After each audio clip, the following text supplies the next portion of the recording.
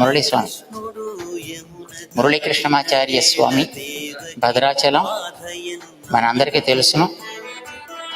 మాకే కాదు, మనకే కాదు, ఇంకా చాలా మందికి కూడా బాగా తెలుసును.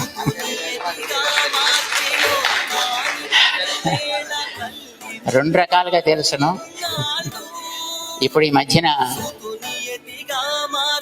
భద్రాచలాన్ని అంతటినీ కూడా రకరకాల కాంట్రవర్సీస్లోకి దింపుతుండే వారి యొక్క ఆక్రోశానికి లక్ష్యంగా మురళి గారు అందరికీ తెలుసును.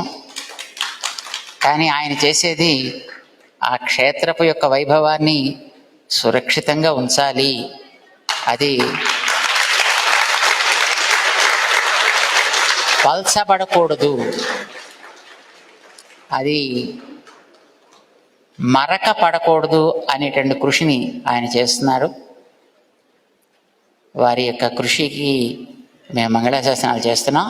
ఇది ఒకటి, అంటే ఆయన లోకానికి పరిచయం కలగడానికి. రెండవది, ఆచార్య మేఘమా. ఎంతమంది విన్నారు ఈ పాటని? ఆ పాట రచయిత మురళీకృష్ణమాచార్య గారు.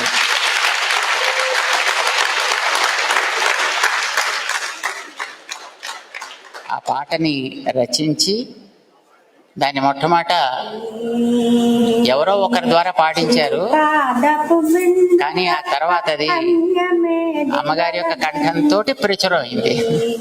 కానీ దానికి రచయిత మా మురళీకృష్ణమాచార్య.